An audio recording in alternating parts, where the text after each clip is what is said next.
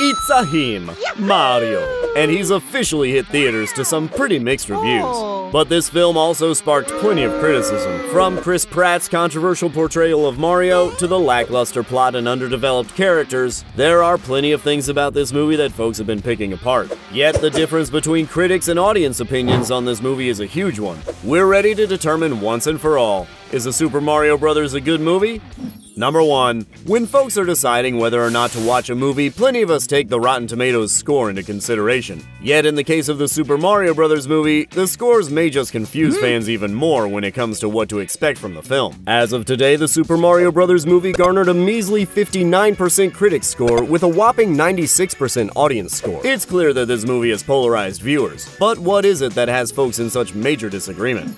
Number 2. Whether you were for or against this classic game's recent film adaptation, most viewers agree that the movie didn't exactly have much to offer in the way of a developed plot. Okay. Of course, with only an hour and a half runtime and plenty of traits from its source material to call back to, there wasn't much time left for particularly deep or complicated storylines. Even so, many critics argued that the movie's plot was so basic that it was boring, and that the movie required more meat to keep non-Mario fans entertained. Yet others believe that we know this story and these characters so well that it didn't need it. Number 3. Like the plot, the character development was also too plain and obvious for many viewers. Critic Frank Scheck wrote, "The plot is as basic as can be, and character development is clearly not a priority."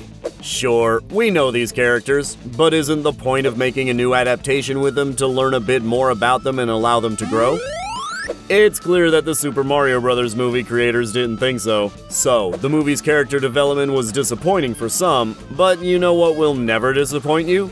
The Things Animated. Make sure you like and subscribe for lots more videos like this one. Number 4. From something that would never disappoint to someone who disappointed some fans, we have Christ Pratt. Sammy, let's go! We all know that folks weren't exactly pleased with the Mario voice we heard in the film's trailers, and plenty of fans thought that Pratt's voice acting was flat and nothing like the Mario we know and love.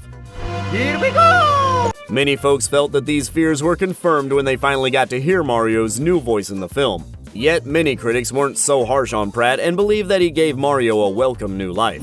Number 5. Another character also got a welcome new life, Bowser. While some other cast members got some mixed reviews, Jack Black's portrayal of the famous villain Bowser did not. I mean, obviously. Black's version of Bowser is already beloved, with some even calling the character the best thing about the film. Number 6. Others thought that the best thing about the movie was its visuals. The fun, vibrant, and colorful look of the film certainly seemed to take priority over the writing and plot. Yet, while plenty thought that the animation was a standout part of this film, others argue that the visuals aren't actually much better than the games, and they definitely should be. Number 7. The visuals weren't all that had viewers drawing comparisons to the famous games.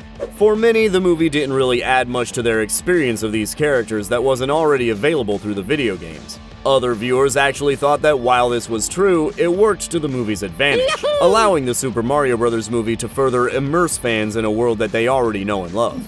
Number 8. Because so many fans already know and love the world of Super Mario Bros., it's obvious that the creators spent a lot of time appealing to said fans. This movie was chock full of Easter eggs, references, and nostalgic moments for gamers. Clearly, fans of the game found these moments funny and enjoyable, but this certainly makes the film more accessible for people who are well acquainted with its source material than those who aren't. Consequently, some folks believe that the movie's desire to focus on the world and obscure characters of the Super Mario Bros. Universe wasn't the best way to bring in new audiences.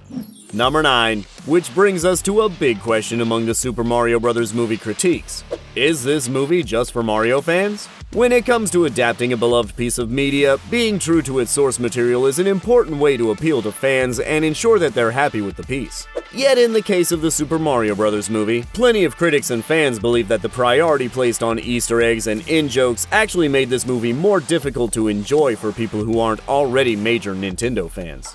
Ultimately, though, many people believe that this movie is great for young audiences, whether they're Mario fans or not. Number 10. Most of us expected some controversy when it came to how true the Super Mario Bros. Movie stayed to the games, but we didn't expect controversy about the soundtrack. Yet the movie's surprisingly packed soundtrack did leave some feeling like the music was too much, while others loved the way the mini classics add to the story. From Beastie Boys to AC/DC, adults in the audience will recognize plenty of bangers, whether they think they fit the film or not. This also marks Bonnie Tyler's Holding Out for a Hero entering double digits in terms of its appearances on soundtracks. Number 11. We all know that animated movies frequently set themselves up to be a part of a franchise. Yet when it comes to the Super Mario Bros. Movie, there are critics that believe that this movie was way too focused on preparing its fans for a sequel, and this caused them to miss opportunities. Some argue that the film stands alone, but no matter which side you're on, it's safe to say that the Super Mario Bros. Movie was certainly made with the idea of making more movies in mind. No pressure. It seems that whether you love this movie or weren't so sure it was the best approach depends entirely on who you are. As far as we're concerned, this movie is a must-see for major Mario fans, and its vibrancy, high energy, and beloved characters are sure to bring in some new fans too.